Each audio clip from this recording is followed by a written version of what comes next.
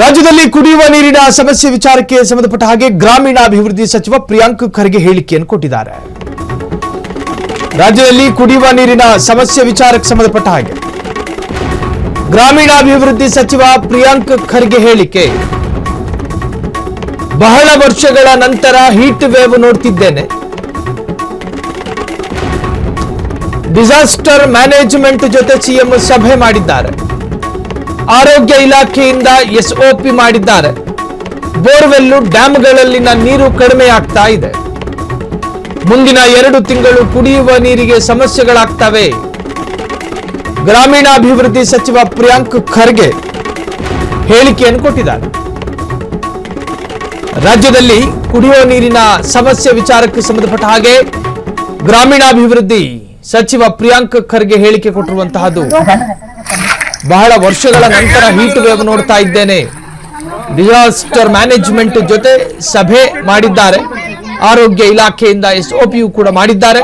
Borewell ಡ್ಯಾಂಗಳಲ್ಲಿನ ನೀರು ಕಡಿಮೆ ಆಗ್ತಾ ಇದೆ. ಮುಂದಿನ 2 ತಿಂಗಳು ಕುಡಿಯುವ ನೀರಿಗೆ ಸಮಸ್ಯೆಗಳಾಗ್ತವೆ. ಇದು ಗ್ರಾಮೀಣಾಭಿವೃದ್ಧಿ ಪ್ರಿಯಾಂಕ್ ಖರ್ಗೆ ಅಧಿಕೃತವಾಗಿ ಹೇಳಿಕೆಯನ್ನು ಕೊಟ್ಟಿರುವಂತಹ.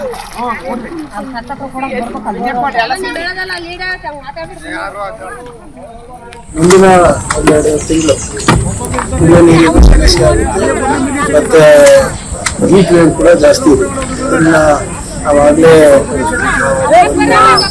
ಸಂಪೂರ್ಣವಾದಂಥ ನೀಲಿ ನಕ್ಷೆಯನ್ನು ನಮ್ಮ ಸಿಎಗಳಿಗೆ ನೀಡಿದ್ದೇವೆ, ಏನೇನು ಮಾಡಬೇಕು. So government is well prepared. ಮಳೆ ಕೂಡ ಭಾಗಕ್ಕೆ ಕಡಿಮೆ ಇದೆ. ಅದೇ ನಾನು ಹೇಳ್ದಂಗೆ ಇದು ಹವಾಮಾನದ ಏರುಪೇರಿದೆ.